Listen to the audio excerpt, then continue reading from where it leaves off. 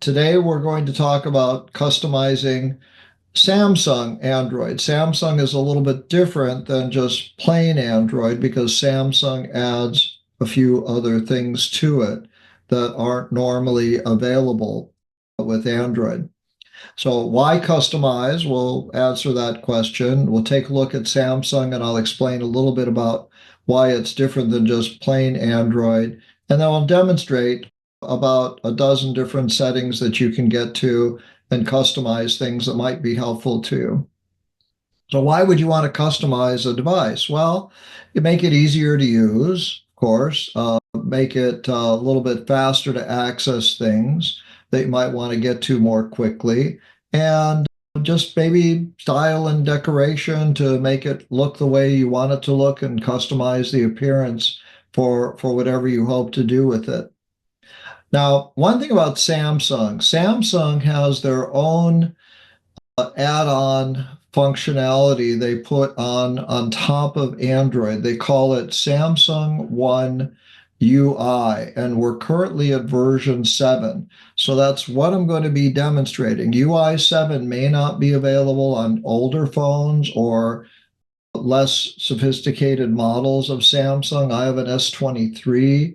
It runs Samsung One UI, and it gives you a lot of capabilities. So that'll run on the higher end. Samsung's selling more higher end phones than they've typically done. And so they're very, very robust and available, and they offer a lot of unique capabilities that make Samsung phones a little bit different than just plain Android. Google sells the Pixel phones.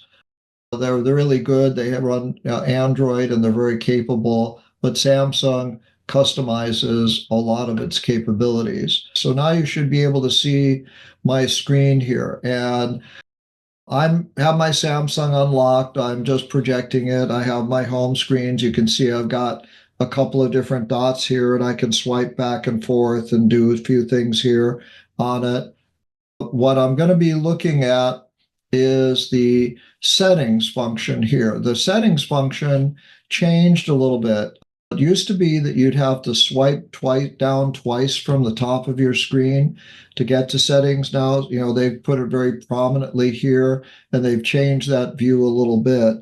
If you swipe down once, for some reason it's not projecting everything, so I may have a problem with that. So I'm going to go back to my home screen here. I'll be able to show you all the settings and what they do.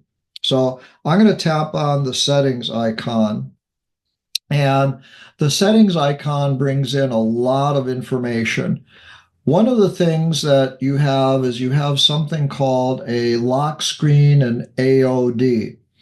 AOD is short for always on display.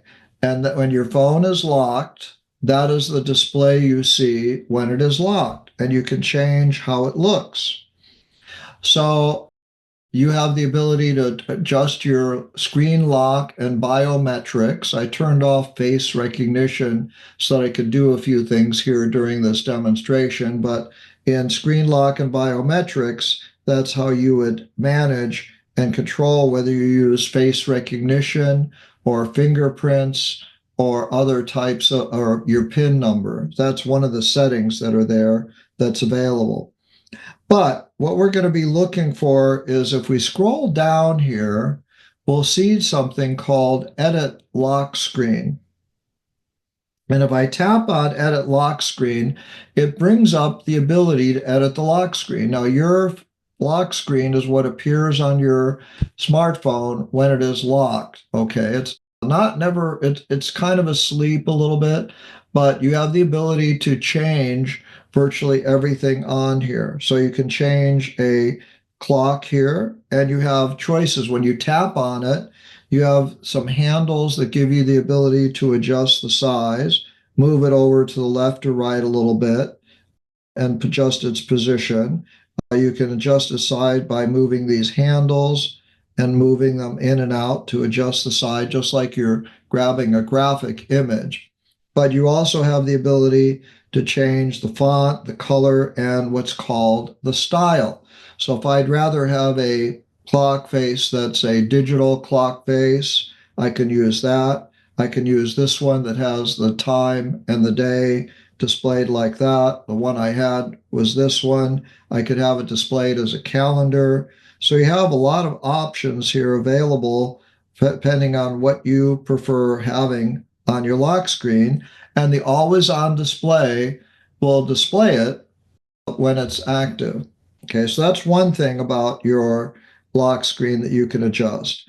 The other thing is something called widgets. Widgets is this little area below, and you can choose whether you want to have any of these functions displayed on your lock screen. If you want to have, say, your battery displayed, you could have your battery status displayed as a circle, and you can see how it added it to this widget area right here. So these are the things you will see on your lock screen. So if there are settings or things you want to check on really often, you can put them in as a widget in the edit lock screen function. I just put the voice recorder in there because it's something I use. And so you can put a calendar, your camera, another clock. You can put your photo gallery and the interpreter function, reminders, Samsung Health, news, and weather in there. So you'll have a list of widgets that you can add, and they're added to this area here. If you ever want to delete one, you would just tap on the minus button, and that would remove it from your always on display. You also have the ability to edit the two little buttons that show up. Usually the default is phone and camera. When you look at your lock screen, you tap your lock screen to wake it up. Sometimes you can swipe up on these buttons. They'll open up the camera. It will open up your phone. So that's how they work when you actually have your lock screen enabled. But if you tap on them in the edit lock screen function, you can change the button that's there. You can change it from a camera to a flashlight, for example. If you tap on it in the edit lock screen, you can change it to, another function like do not disturb if you want to activate that frequently. So you have the ability to change these buttons to almost a variety of things, including apps like voice recorder or others that you want to have in there. And you can change them on the left just by tapping it on the left, or you can change it on the right by tapping it on the right. And you can change the wallpaper that's in back of on your lock screen as well, and choose which you might be interested in using, and even create one with AI. You can generate an AI wallpaper that is in the background on your screen that you want to be able to use. I use the video one, that's the standard. You can go to a black one here that's not a video, but I like the video one. It gives me a little bit of motion here, that little dust and star motion I like. And when you're done editing your lock screen, you just tap done, and that applies all the changes to the lock screen. So that's one of the nice things you can do about editing the lock screen. If you ever are lost in settings and not sure where to find something, you can always tap this search button, and you could tap lock screen, and it'll take you to lock screen and always on display that you can utilize for it. Now, another setting, and I turned it off here, but there's a function called extend unlock, which I find really, really convenient. Extending unlock requires you to enter your passcode. So I'm going to enter my passcode for security. And what extend unlock does, it keeps your device unlocked with certain characteristics. So if you're finding, gee, I'm always having to unlock my phone, and it's kind of annoying, you can set something that'll let you unlock it. So if you have your phone with you on your body, it'll detect it's on you, and you can use that as the ability to keep it unlocked while it's with you, or at specific places you trust, or near other devices. So on-body detection says after you unlock, it stays unlocked while it's in motion, like when you're walking with it, for example. So it has to be in motion. That's one. The other one that I find really usable is using trusted places. You're at home, your phone is with you inside your home. Why not keep it unlocked when you're in a trusted place? And you can create a trusted place and verify it by making sure it's in your home location or at a trusted place so that you're not constantly always having to lock and unlock, unlock your phone all the time. The extend unlock function does that. The other extend unlock function has to do with using trusted devices. So if it's connected like a watch or a car or something, it'll stay unlocked for up to 4 hours or until it disconnects from the trusted device. So if you have the ability to manage how fast your device locks and also using it. That's one of the things I really like to manage about that. So I'm going to go outside of lock screen. Those are some things with the lock screen and the always on display that you can do.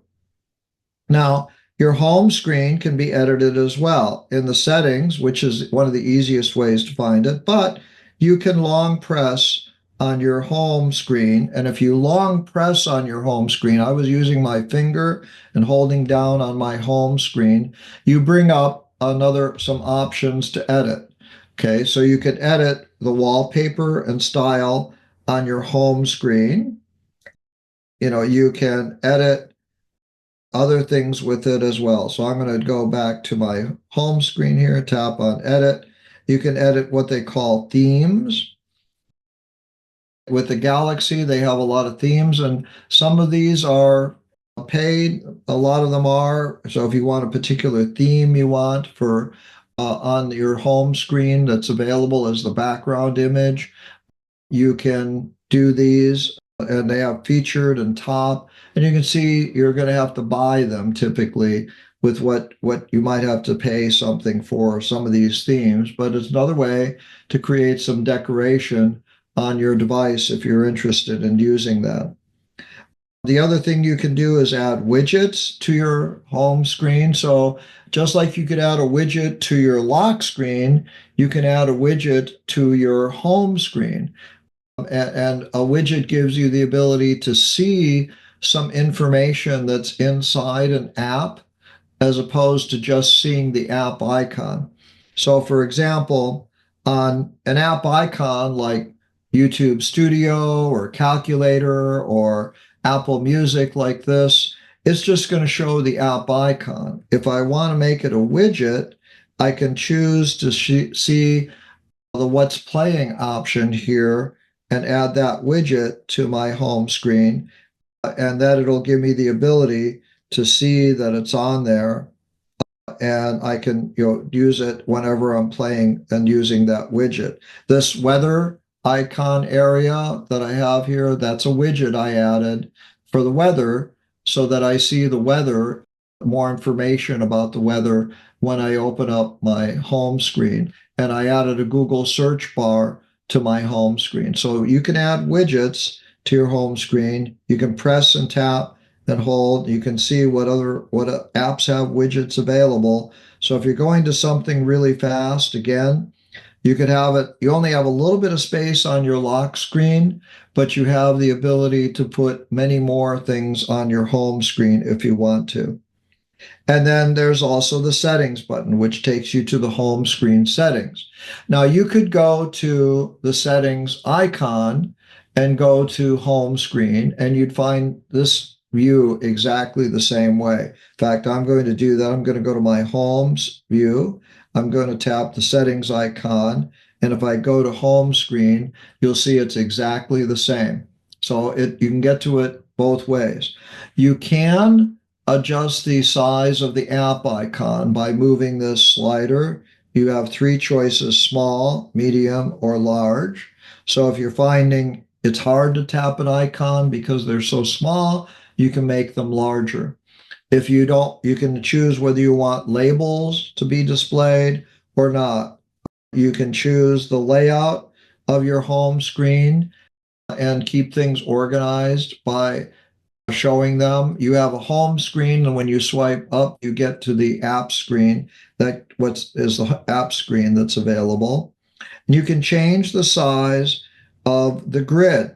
Okay, the grid is what shows up where you have this icons. If you tap and hold an icon, you have the ability to move that around on a grid system here if you want to, and manipulate its position by just tapping and holding and moving it. And if you want to adjust that, you can go to your home screen and you can change the size of the grid to be the different sizes. Okay, so you can make it a 4x6 or a 5x6. So if you want more apps on one screen, on your home screen, but you're okay with smaller app icons, you can adjust that size. So that's one of the options. You can change the app screen grid. Okay, so when you look at all your apps, you can see whether you want them 4x6 or 5x6. You can change the number of options that you want for that. And you can change what's called the folder grid. The folder grids, when you put apps and drag them together and put them into a folder, the folder is a certain size. I think I've got a folder here for some apps that I have for Google, if I'm not mistaken. Yes. Okay, so here's some app folder grid I've got for Microsoft. I've got one for Google. This is 3x3. You have the option to expand that to 4x4 if you want to, and make it a bigger grid so that you don't have to swipe. So if I open up this folder, I can see it 4x4. I can make it bigger or smaller if I want to, and be able to navigate in a folder. If you want to add apps to a folder, it's just a matter of taking an app icon and dragging it over to a folder and dropping it in, and it drops it into a folder. If you want to move it out of the folder, you can drag it out of the folder, and it'll drag it out of the folder, and you can put it in your the row of icons here at the bottom that displays everywhere. So that's something you can do with your home screen. Home screen layout is great. There's another setting that's really useful called display. Display shows up pretty close on top. Display gives you the ability to change your display from a light view to a dark view. Some people prefer the dark view, where you have white text or bright things on top of a dark background. Personally, I prefer the light view, but that's okay. You can adjust the brightness of your display. You won't see it setting on the shared screen, but you will see it on your device. You can turn on what's called eye comfort shield, which makes your eyes more comfortable by limiting how much blue light. Screens and computer screens generally have a little bit more blue light. And you can adjust your font size here by changing things manually. As you can see, as I'm sliding this little slider at the bottom, I have the ability to take a look and see what my font size is going to look like. And I can make things bold or not bold. So it's a really convenient tool. But there is a really, really simple way called easy mode here. Easy mode gives you the ability to just turn it on, and it makes everything a little bit larger and bolder. And it also increases the touch and hold delay time and provides a little bit higher contrast. So it's a really quick setting to just make it easy to use. You can manage your screen timeout. Mine is set for 10 minutes. Or you can say, I want to keep the screen on whenever I'm looking at it. And if you have your Samsung has a face detection camera, it'll look at it. So I usually keep it on for 10 minutes because I'm usually using it when I do demonstrations, and I know to hit the power button on the side to time that screen timeout. So those are some nice things about the display that gives you the ability to manage. And if I go back with the navigation here, the next setting I'm going to look at is battery. So a battery will tell you about how long a full charge is going to last. It tells you how often you've charged it. Your battery protection will keep it charged optimally. It tells you what apps have been using up your battery usage. Obviously, if you have the always on display on, it will use up a tiny bit, but it uses up so little power with the battery on my S23. I found it's really, really advantageous, and it makes it really useful to take advantage of. Obviously, one of the things you can manage, I have these navigation icons and buttons here at the bottom. On your display settings, you have the ability to change those to swipe actions as opposed. Now, one of the last things I want to show you, and then if you swipe down from the top right of your screen, you'll get to what's called you'll get a quick view of different icons and functions that are available to you to access. It used to be that to get to all of your settings, you'd swipe down twice. Now you swipe down and you'd hit the settings icon to get to all of your other settings, but you can manage what's in that quick view as well. So those are just some of the tools that you can manage and customize your wallpaper, your themes, your style, your home screen, your lock screen, that are really customizable and do. Google has a link to Google services that is available, so you can use it to back up everything to Google. You can use it to find your device if it's you want to find it. They're expanding it. Google has AI tools now called autofill that'll give you the ability to autofill forms from information in your Google account. So Samsung has kind of added a little bit of capability. They have some advanced features here for lab that give you some really interesting options. If you want to get more advanced and more elaborate, they have a tool called multi-window that gives you the ability to actually have two applications open on your screen at the same time.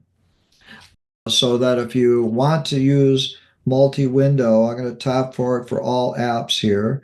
And what I can do is go to my home screen. Let's see if I can get this working. I'm not sure, but I'll try. If I open up Chrome here, for example, and I go to my app view here, and I go to something else, like say, let's see if I can find another app here that I want to use, calculator. Let me open up Chrome again. Let's go to a calculator if I can find it. Let's go to translate here. Now, if I tap and hold on this, if I'm not mistaken, it gives me the ability, if I'm trying to remember exactly how I got this working before, if I tap and hold here, if I tap and hold here, if I tap and hold here, there I go. Okay. You tap and hold when you have an app open. So I've got Google Translate open, but I've also got Google Search as a window that I can use this little tab function here, and I can slide it around on my screen and move it into a different position. So I can do search and translate at the same time. A little bit tricky, I've discovered, to get used to using, so it takes a little practice to do. But if you want to tap on this little icon here, you have the ability to make it a full screen, or minimize it, or use it as a split screen. So let's tap split screen, and you'll see what happens is I've got Google Translate on top, and I've got Google Search on the bottom. And I have the ability to use two apps on my screen at the same time. So I have the ability, it's like having two windows open at the same time. So it's one of those little lab, features that they're starting to bring out. If I want to get rid of it, I just tap on, I can change the position of them. I can tap the active one, and I can just expand it to full screen when I want to do that. And that's something interesting that you can try out in the settings function, in the tools that are up down here that you can access in labs if you're interested, advanced features, and you can customize Bixby, multi-window, one-handed mode, and a few other things that you can manage. Here they try out. You have tools for giving your tool, they're trying different application settings out. So if you're interested in experimenting and trying a few things out, give those a try, and they'll be useful for you. General management will give you the ability to make sure that you're using the right language, You can download language packs. You can do other things. You can actually use a physical keyboard and a mouse and trackpad with your Samsung device. They're very versatile. You can connect it to an external monitor and use it as a complete computer if you're ever interested in doing that. So I'm going to stop my sharing now. We've done a lot of looking at some of the settings. There's a lot more that are optional available for you that you can manage and do things with it. There's an app called the Good Lock app that gives you the ability to download that from the Samsung store, and it gives you all kinds of additional customization capabilities. And one of the things about Android is that it is extremely customizable for you in terms of what you might want to do with it. So take advantage of at least of these few settings, the ones that are more commonly used that you might find beneficial, like the home screen, the lock screen, the display, widgets, other tools, text size, font style, a battery saver that you might be interested in. If you want to try experimenting, look at some of the advanced ones that might be beneficial for you as well.